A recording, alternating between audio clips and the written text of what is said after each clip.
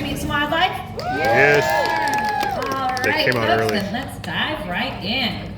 First, we are going to focus on our One Health approach to saving species worldwide.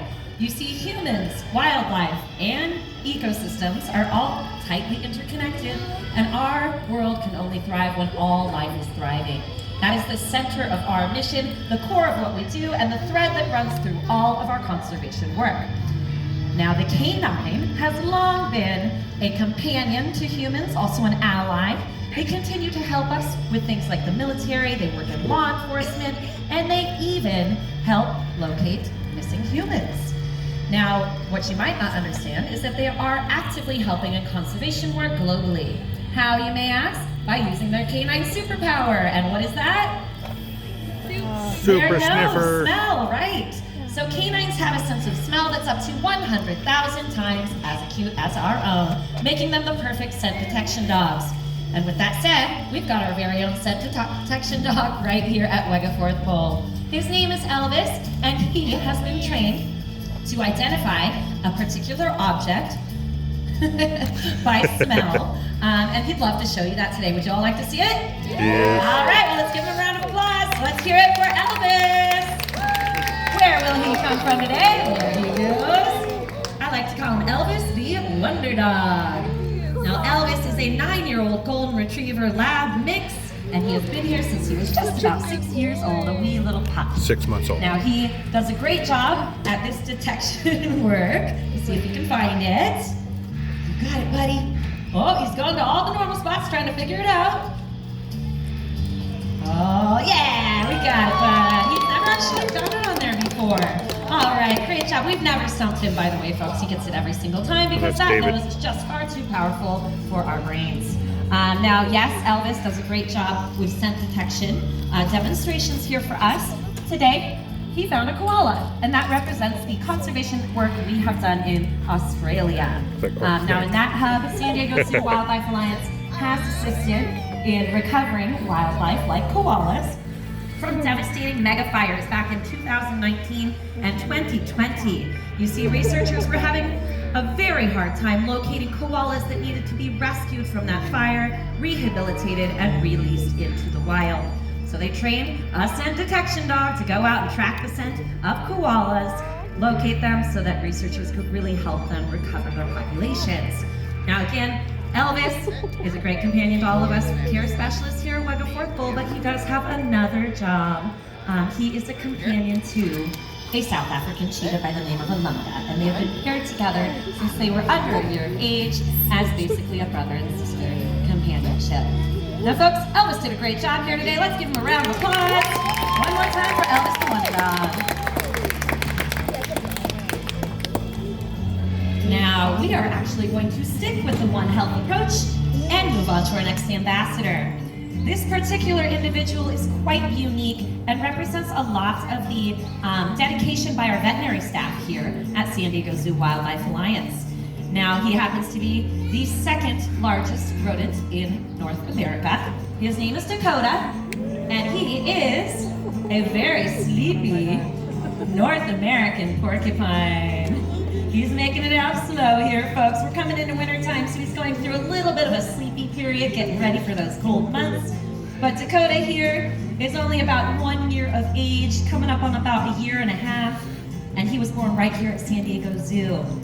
Now, Dakota's mother lives up at Wildlife Explorers Base Camp, and when she went into labor with this little guy, or should I say big guy, she was having a little bit of difficulty pushing him out. He spent So more our time vet there than staff here. did intervene and perform a cesarean section on mother to get baby out.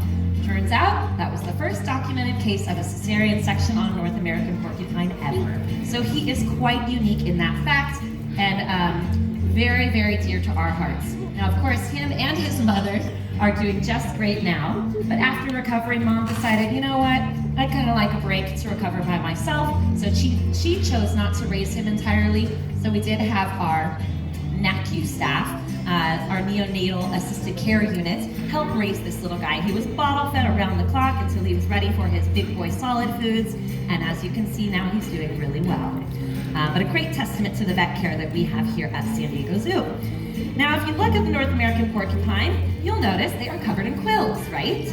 but they're a little bit different than those African porcupines you see with those extremely long quills that are black and white and striped.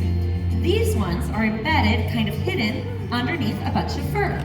So they're disguised in that way, but they are incredibly sharp. Oh, he's headed back with some food right now. That is entirely okay. You got a good look at the hind end of him though. That's what we call his business end, right? So he has muscular control of those quills, and he can flare them up and turn them kind of over his body to create an armor of quills to defend himself. Now, if you've ever heard that porcupines can shoot their quills, that is just a very common myth. That would be like us shooting our hair out of our head when we got a little scared. So they're just rather modified hair built for defense. So it looks like Dakota actually decided to go back. That is entirely fine. We practice choice and control here with our wildlife, so we'll go ahead and thank Dakota for his time out here. All right, and now at this time, folks, I am going to hand things over to my friend, my co-worker, who is it? Victoria. Thanks, Vic. Thank you, everyone. Well, they change it up every next day. up, we are going to head to our Southwestern Conservation Hub. Here, we and our partners are working to conserve wildlife like the western burrowing owl, desert tortoise, thick-billed parrot, keynote checker spot butterfly, and the mountain yellow-legged frog. Now, our next wildlife ambassador is very misunderstood, but I hope after learning about them today, you'll come to adore this particular species. Now, coming out, she is a local rescue. And does anyone know what this is? Adorable. If you said opossum, you're correct. If you said possum, you're talking about a very different marsupial found in Australia. This is North America's only marsupial. This is Penelope, our Virginia opossum. Now, marsupials, females have pouches. And yes, Penelope here is a female, so she indeed has a pouch. Now, I stated that they are misunderstood. There's many awesome facts about opossums that make them awesome opossums.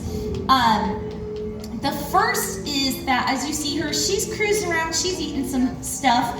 They have very poor vision, so the sound of that tapper is helping her around, knowing where to go. Now, they eat pretty much anything that they find. They're very opportunistic eaters. They've often been coined the gardener's best friend because they help clean up the garden. They'll eat decaying vegetation, all the insects and pests a gardener does not want. They've even been known to consume hundreds upon hundreds of ticks each season. So they help us control Lyme's disease. That's just the first reason to adore them. They have been caught on video grooming other animals like deer, getting the ticks off of them as well. So I know other critters appreciate their help. Now, opossums can withstand venomous snake bites. That's right, they can be bit several times and survive, and even turn around and consume that snake. So they have more teeth than any land mammal in North America. They have 55 teeth. Now, we have studied their blood, and that has helped us to create anti-venom. So this particular species has given our scientists some help. So pretty remarkable for those two reasons. The third reason they're absolutely remarkable is one of my favorite, and that is going to be their acting skills. Now, if an opossum feels mildly threatened, just like we do, right? We open up our mouth, sometimes we make noise when you're surprised. They open up their mouth, they don't see well. It's pretty easy to startle an opossum. But if they feel very threatened, their already low body temperature of about 94 degrees, which, side note, it is very rare that an opossum has rabies, almost impossible. So if you're afraid that your pet might get rabies from an opossum, you're probably more likely to get rabies than an opossum. So pretty remarkable there. That was just a little sidebar. But their already low body temperature drops lower, their tongue hangs out of their mouth, their anal glands secrete a horrible scent. So a predator thinks that this may be decayed or rotten, or maybe something's wrong, and they move forward. Now, this is an involuntary response, so minutes to hours later, the opossum will wake up, hopefully in one piece, and continue on. So if you see an opossum that you think might have passed, leave it alone, because its acting skills may be fooling you as well. Is she coming on this other side? I just saw a door pop open. Okay, well, I think she may be done, but that was Penelope, our Virginia opossum. Just gonna make sure she's done. Okay, she is. Do all of you have very different feelings about opossums now? Yeah. Oh, thank you. Still I'm love glad them. you love them. Okay, Still for our love 'em. next wildlife ambassador, I am going to ask everyone, if you're at the top, please take a seat. And if you are seated, please stay seated. That's going to help our next wildlife ambassador come out. We're going to talk about that One Health approach, which Elvis did a great job representing. Ooh, yeah. And this time, we're going to talk about a keystone species. Has anyone ever heard that term? Yes. A few of you. Well, we as humans, we are not keystone species. We're the most opposite you can Like get. Shadow. A keystone species like a wolf, like Shadow here, they help the environment. They help create a thriving ecosystem. So without them, the ecosystem is incomplete. So wolves are absolutely remarkable. Now, right now, Shadow, our 11-year-old male timber wolf, is using his sense of smell. That is hollowed out, and there's 2 layers, so I'm sure if there wasn't a shelf, he'd be all the way in there, but he's a big boy. Instead, he's gonna mark it. That is now his. We do have a small African caracal who, if you were over at base camp, you may have seen him on Habitat with his partner Anika, but he was here earlier more and he time there always than here. pees in there. So I think Shadow's probably marking over that, saying that that is his. Now, wolves are designed with all different heightened senses. He showed off a few. He's showing off another one right now, rubbing his scent glands. But that sense of smell is going to be absolutely remarkable on a wolf. They have about 5 million scent receptors. Oh, sorry, we as humans, we have 5 million scent receptors. And when you hear million, you think it's a lot, but the wolf has 280 million scent receptors. So you can imagine the wolf's world through their nose. They can smell scents that we don't even know exist, so that's pretty remarkable. And they're going to use that to their best ability when it comes to maintaining their habitat and hunting for prey. Oh, there is a bee that might need help. Will Shadow care? Okay, good. Sorry, I'm always on rescue duty, and that's not even a bee. Oh, yes, it is. Okay, so there we go. Look at that, rescuing. Oh, that's a wasp. Oh well. Okay, I rescued it. Okay, anyways, their lives matter too. Their lives matter too. So they explore their world through their senses. And right now, Tony has put down some snow with some scents. Now, I do want to point out, Shadow here lives with 2 younger wolves, his niece and nephew that are 3 years old. So oftentimes he doesn't explore the fun scents we bring because they tend to go crazy and roll around on them or go potty and destroy them. So we like to bring him out here alone so he can slowly take his time. So he enjoys some of the smells. We'll see if he rolls around in it and elicits that response, or if he goes potty on it. We'll let him do what he wants. It's backwards. But wolves communicate in a lot of different ways. You saw him mark his territory over there. You saw him rub his scent glands. That is how they claim things. That is how they communicate with one another. Just by going to the bathroom, it's like leaving a wolf calling card. Wolf packs tend to be very courteous to one another and not overlap upon each other's territory, which, you know, good neighbors, right? Not many of us have those. It's known as so it's P-mail. pretty remarkable that they do that. But they can roll around in smells, which is not something he's showing off today. But when they roll around, what they can do is mask their top predator smell, but they can also show their pack a smell that they have found. He might be done. He likes to tell us when he's done. So keystone species wolves are incredibly important. A really great story, if you want to look that up, is going to be what happened at Yellowstone National Park. They brought back the wolves after them being gone for about 70 years, and the ecosystem came back to life. So wolves are incredibly important.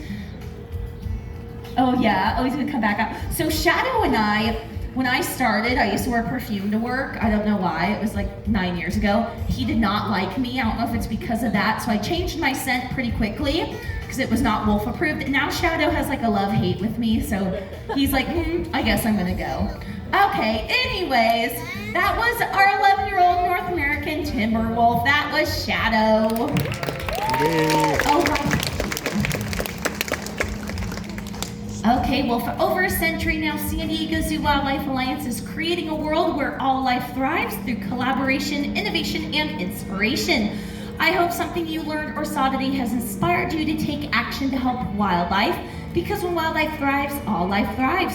Thank you all for being allies for wildlife. I hope you all enjoy your holiday season and enjoy the rest of your day here at the San Diego Zoo. Bye-bye. Thank you.